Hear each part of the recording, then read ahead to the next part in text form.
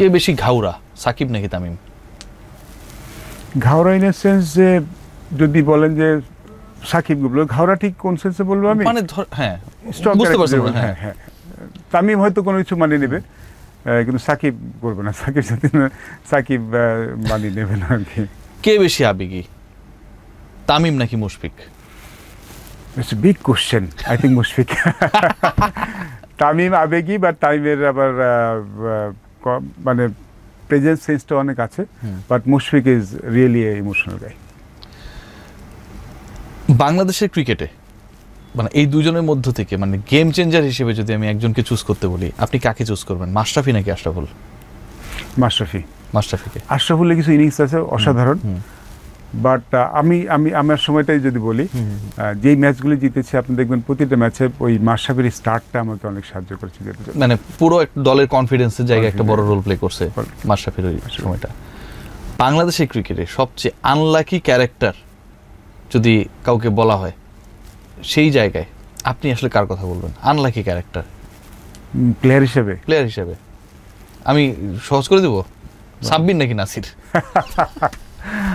আমার এই দুইজনের জায়গাটাই আসলে হতাশার জায়গা। আই থিঙ্ক আমি রাইট জায়গায় গেছি তো। এক্স্যাক্টলি 100%। আনলাকি বলবো না, আনফরচুনেট, বিকজ আই থিঙ্ক আমি যতগুলো প্লেয়ার দেখেছি তার মধ্যে one of the finest prospect Nasir Hossain. International ক্রিকেটে ভালো করতে হলে যতখানি যেটা দরকার ওর মধ্যে খুব ভালো ছিল। আমার একটা দুঃখ যে ওকে আসলে শেষ পর্যন্ত অত বড় জায়গায় দেখতে পারেনি। সাব্বির ট্যালেন্টেড ছিল, বাট আই থিঙ্ক যেটা বললাম ভেরি আনফরচুনেট, দুজনই ভেরি আনফরচুনেট। দুজনের মধ্যে ক্যাপ্টেন হিসেবে কে তুলনামূলকভাবে ভালো? দুজনেই খুব ভালো ক্যাপ্টেন, সুমন নাকি মাশরাফি? I think Suman. দুজনের মধ্যে ক্যাপ্টেন্সির তুলনায় গেছি, বাংলাদেশের ওপেনিং নিয়ে অনেক আলোচনা হয়, আবার মিডল অর্ডার নিয়ে আলোচনা হয়। এভার বেস্ট ব্যাটিং বা ব্যাটার হিসেবে আপনি কাকে ভোট দিবেন?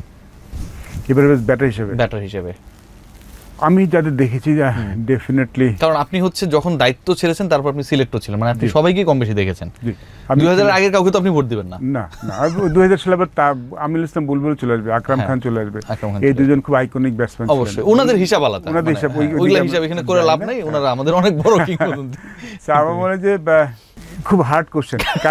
কেন হার্ড কোশ্চেন বলছি, Tamim was like top batsman in all formats, মানে ওপেনিং ব্যাটসম্যান, বড় রান করা, ইম্প্যাক্ট ফেলা, সবকিছু ব্যাটসম্যান।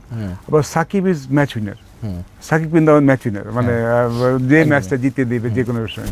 তো সাকিব টাইম দুজনকে আমি বেছে নেব। আই থিঙ্ক দুজনকে আলাদা করা আমার জন্য খুব ডিফিকাল্ট। ধরেন আপনাকে একটা ডিনারের দাওয়াত দেওয়া হলো খুব প্রেস্টিজিয়াস জায়গায়, সেটা হবে, এবং এই বাংলাদেশে আর কোনো সমস্যা নাই, ঠিক আছে, আপনাকে চুজ করতে আপনি কার সাথে ডিনার করবেন, নাজমুল হাসান পাপন নাকি ফারুক আহমেদ? ওনার সাথে খেলেছি, ওনার আমার সাথে সিলেক্টরে কাজ করেছে, মানুষ হিসেবে মনে হয় বেশ টাইম স্পেন্ড করার জন্য খুব অনেক খোলামেলা। বাংলাদেশের ক্রিকেটে ফিউচারে কমেন্ট্রিতে যদি কাউকে দেখা যায়, কার নাম বলবেন? I think Tamim did well. Tamim যেই কমেন্ট্রিটা করেছিল, আমি জানি না কন্টিনিউ করবে কিনা, তামিম চান্স মানে বলা যাচ্ছে না, বা তার যেইটুকু শুনেছি ভালো লেগেছে তার, বিকজ কমেন্ট্রি খেলা বোঝাটা, কমেন্ট্রি তো শুধু এখন তো শুধু কমেন্ট্রি তো শুধু ভালো বলা না, ফেসটা দরকার হয় একদমই। আমাদের কমেন্ট্রি হিসেবে কে রিপ্রেজেন্ট করছে, সেটা বাংলাদেশের কমেন্ট্রি কে রিপ্রেজেন্ট, সেটা বড় ব্যাপার। যে টেস্ট প্লেয়ার রিপ্লে, এটা অনেক বড় ব্যাপার থাকে, খেলার বোঝাটা, হিউমার করাটা। I think he did well. ফিউচারে মুশফিক আসবে কিনা যাই না, বাট তামিম যে এই যতদিন দেখেছি, I think Tamim was different than others. BCB Hathurusingha এর ক্যারিয়ার শেষ করে দিয়েছে, তিনি এটা দাবি করেছেন, সত্য নাকি মিথ্যা? মিথ্যা, টোটালি মিথ্যা। আমি খুব অবাক হয়েছি তার স্টেটমেন্টটা পড়ে, বিকজ বাংলাদেশে আসলে এরকম কোনো পরিস্থিতি হয় নাই যে তার জীবনের সংখ্যা আছে, এটা কোনোভাবেই হবে না, ইম্পসিবল। উনি কেন ভয় পাচ্ছিল যে বিমান থেকে তাকে নামিয়ে সেনাবাহিনী নিয়ে যাবে? এটা কথার কোনো যুক্তিও নাই, কোনো কারণ আমি জানি না ওয়াই হি সেড দ্যাট। কারণ বাংলাদেশে একটা জিনিস আছে, সবাই খেলোয়াড়দের ভালোবাসে। আই মিন আপনার উপর যতই রাগ থাক, কেউ আসলে এসে কটু কথা সামনাসামনি বলবে না। আর বিদেশিদের তো আমরা এমনি বলি না। আমার দুঃখ লেগেছে যদি শেষের দিকে অনেক কথা বলেছেন, কিন্তু যে ভালোবাসাটা, যে সুবিধাটা যা পেয়েছেন তিনি বাংলাদেশ থেকে, I think he is well established in Australia because of Bangladesh, coaching in Bangladesh. সে একটু হলেও মানুষের একটু কৃতজ্ঞতা বোধটা থাকা উচিত ছিল।